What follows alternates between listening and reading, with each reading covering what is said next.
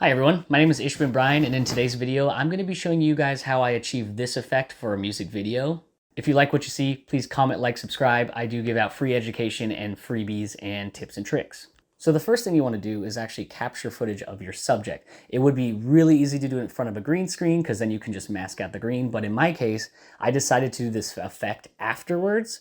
So I have him in front of a white screen. So now let's jump into After Effects and get started. All right, so the first thing I did in After Effects was create a perfect circle. So what I did was go ahead and hold your mouse over this rectangle tool. If you click it once, it should give you some more options here. And I hit the ellipse tool. I'm gonna hold my left mouse click and just drag it so I can make a perfect circle. So once I had my circle created, I fine-tuned it and changed it to red right here under the fill. I can select that and choose a color. After that, under the Effects and Presets tab, I went ahead and typed in Glow. And I left-click, dragged, and dropped that onto the red solid layer. So now in the top left, if you look at your effects controls right here, if you don't see it, go ahead and hit these two arrows here. They should pop up like this. Make sure your glow is enabled here. And you can mess around with the different settings. For this particular glow that I achieved, I had a threshold of 86.3%, the glow radius of 141, and glow intensity of 1.5. So this is it without glow, and this is it with glow. So the next thing I did was find some plants online. If you look right here, they are just a vector of some plants. And I went ahead and dragged and dropped on top of where I want them on the red here. But it's not silhouetted, so we need to go ahead and do that. So under the Effects and Presets, if we type in Fill, we can take the Fill under Generate option here and drag and drop that onto that file too. So under my Effects and Presets tab again, up here on the top left, I made sure that the color was set to black to create that silhouette look. It was missing more plants, so I went ahead and added another plant layer and did the exact same thing to that as well. Don't forget to add your fill and set your silhouette there to black.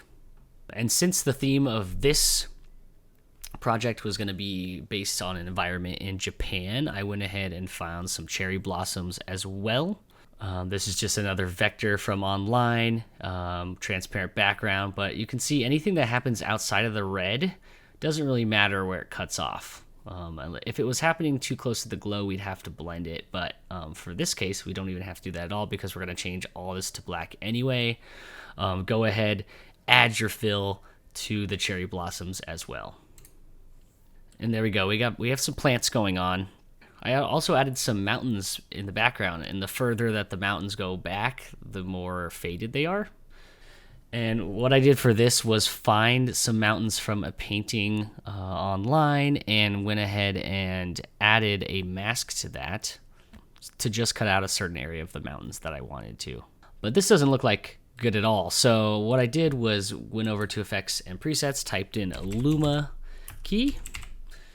I drag and drop that onto the mountains as well, and then made sure my threshold was set to 136, and that's pretty much all I needed. I decided to key out brighter for this instance so I could keep the darker part of the image. And then I grabbed a grassy texture that had a transparent background as well. It's not exactly the sharpest, but this is going to be more in the foreground of the circle. So go ahead and add your fill to that as well in your Effects and Presets.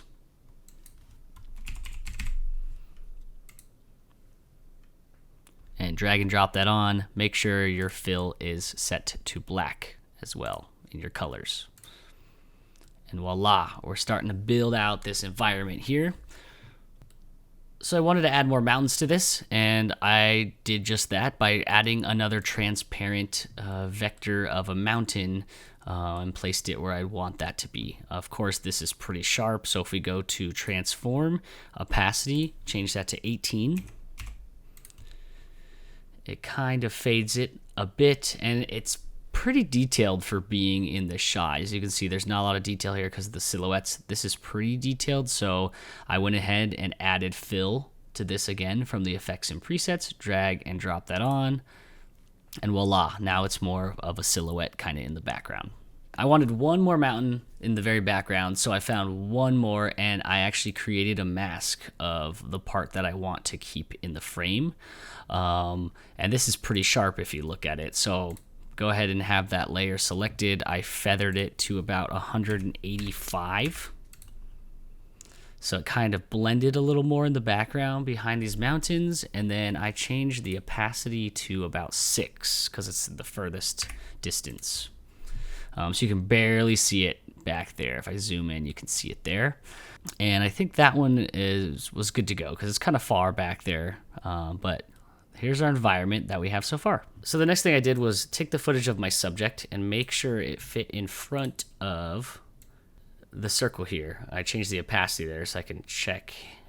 Looks like he does fit in the circle. Okay, so now that my subject fits over the top of the circle, I changed the opacity back up, and I use the roto brush tool right here to cut him out frame by frame. It doesn't have to be perfect because it's going to be a silhouette. So if you want to do something like that, make sure that your roto brush guy here selected and double click on the actual footage layer that you want to use AI to assist you with your roto brushing. And then just trace your subject. It doesn't have to be perfect. If you want more detail, of course, you can fine tune this, but I'm just going to do a very basic trim of him right now.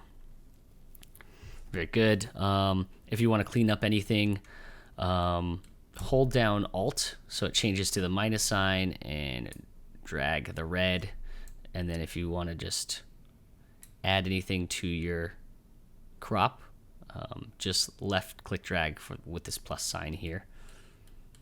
We're gonna have to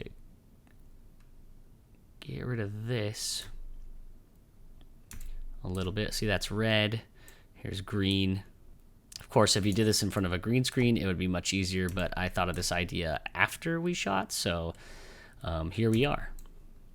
Once you've rotoed your character out, go back to the composition layer here, and you'll see he kind of looks funny in front of this, but it has the background cut out, which is nice. And then you guessed it, we're gonna add our fill from our effects and presets to that and change the color matte to black. So go ahead and drag that onto the footage. I've already done this, so I'm just gonna delete this shot. And after you've added that fill, this is what it should look like here.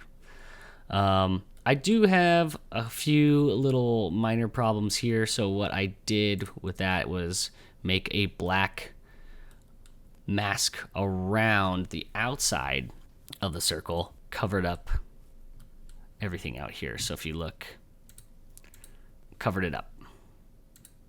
I did add 7% feather to blend it so you don't see the harsh edge around the circle. For the music video that I shot, I did put a VHS overlay on top of this to give it a more retro vibe, but I just wanted to show you how to make this clean circle.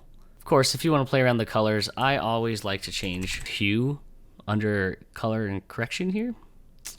Drag and drop that, and then you can play around with the colors if you really want to get very specific. So let's do like a dark purple maybe.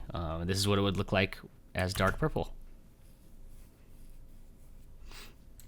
You can set keyframes to make it change during the shot, but you get the gist. There's so many different things you can do with this. Thanks for watching my video, everyone. I'm excited to see what you create with this new knowledge. If you like what you saw, please comment, like, subscribe. I give out free education, tips, tricks, freebies, you name it, things that will help take your videos to the next level.